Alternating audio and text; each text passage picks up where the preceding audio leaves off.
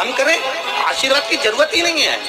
3 के भाग्य का धन हर व्यक्ति को मिलता है। पहला बहन बेटी के भाग्य का, दूसरा गौ माता के भाग्य का, तीसरा संत और ब्राह्मण के भाग्य का। अगर आपके घर में बहन बेटी आ रही है, आपके घर में बहनें आ रही हैं, आपके घर में बेटी ने जन्म लिया है, तो उसके भाग्य का धन तुमको जरूर मिलेगा। दूसरे नंबर पर गौ माता अगर तुम्हारे घर में है, या तुम गाय को 1 रोटी दे रहे हो, गौ माता की सेवा कर रहे हो, भले तुम्हारी गरीब परिस्थिति है, भले तुम्हारे पास में कुछ भी नहीं है, तो भी तुमने अगर गौ माता की सेवा करी है, गाय को 1 रोटी दी है, गाय को चारा दिया है, गाय की सेवा करिए, तो उसके भाग्य का धन तुमको जरूर मिलेगा। तीसरे नंबर पर है संत ब्राह्मण के भाग्य का। अगर कोई ब्राह्मण, कोई संत, कोई साधु, कोई सन्यासी, कोई तपस्वी, कोई साधक, कोई उपासक, कोई ब्राह्मण तुम्हारे घर में आया है, तुम उसकी सेवा कर रहे हो, तुम उसको 1 गिलास पानी भरकर पिला रहे हो, तुम उसको भोजन बनाकर खिला रहे हो, उसके भाग्य का धन घटेगा नहीं, उसके भाग्य का धन तुमको प्राप्त होगा। ये 3 के भाग्य का धन कभी नहीं कटता। पहला बहन बेटी के भाग्य का, दूसरा गौ माता के भाग्य का, तीसरा संत ब्राह्मण के भाग्य का। ये कभी नहीं घटता, ये बढ़ता है, ये घटने वालों में से नहीं है। अगर तुम्हारे घर में बहन बेटी आई है और तुमने उसको 1 साड़ी भी दी है, तो तुम्हारे घटने वाला नहीं है, वो बढ़कर ही तुम्हें मिलेगी। तुमने गाय को अगर 1 रोटी दी है, उसका भाग्य तुमको प्रबलता में ही प्रदान करेगा। किसी संत ब्राह्मण को अगर आपने 1 गिलास पानी पिलाया, 1 अन्न का दाना खिलाया, 1 भोजन कराया, तो उसका पुण्य आपको प्रबलता में प्राप्त होगा, वो घटेगा नहीं। ये घटने वालों में से नहीं है कि घट जाएगा, ये प्रबलता में प्राप्त हो जाएगा।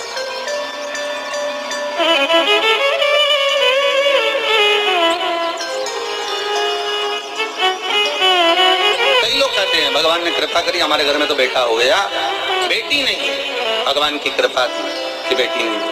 हम कहते हैं किस्मत वाले नहीं हो, भाग्य बेकार है आपका अगर तुम्हारे घर में बेटी नहीं है।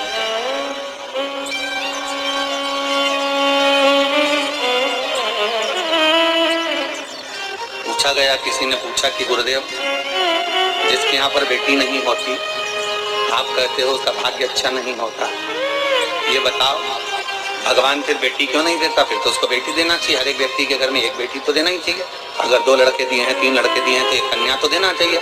हमने कहा गरुड़ पुराण में लिखा है कि बेटी भगवान जान करके नहीं देता, क्योंकि 94 तरह के नरक में से एक नरक ऐसा है जो कन्यादान करने वाले ही छूट पाते हैं।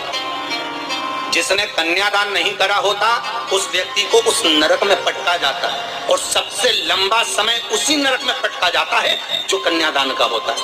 तो भगवान भी सोच कर देता है कि इसको अगर नरक भेजना है, थोड़ा बहुत तो मतलब भले इसने पुण्य करा, भले सारे सत्कर्म करे, पर कन्यादान नहीं करा, तो भगवान कहता है इसके एक रास्ता नरक का खुला हुआ है, इसको नरक थोड़ा सा तो भोगना ही पड़ेगा, क्योंकि कन्यादान नहीं करा। इसमें आपने एक प्रश्न लिखा है, बड़ा सुंदर है महाराज, सबके जगत कल्याण के लिए। महाराज जी, शिवलिंग पर धतूरा रोज क्यों नहीं चढ़ाना चाहिए?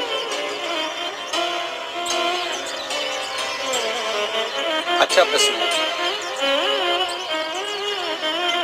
शंकर भगवान को धतूरा कब चढ़ाना चाहिए, उसका विशेष ध्यान रखें। जैसे शिवरात्रि है, प्रदोष है, या सोमवार है, या कोई विशेष आपका उत्सव है, तो आप शिव जी को धतूरा चढ़ा सकते हैं। या विशेष कोई बीमारी ऐसी लग गई है, या विशेष कोई तकलीफ ऐसी हो गई है जिसका निवारण नहीं हो रहा, तो आप धतूरा चढ़ा सकते। धतूरा चढ़ाने का भी एक क्रम है। हल्दी में भिगोकर धतूरा चढ़ाया जाता है लक्ष्मी के लिए।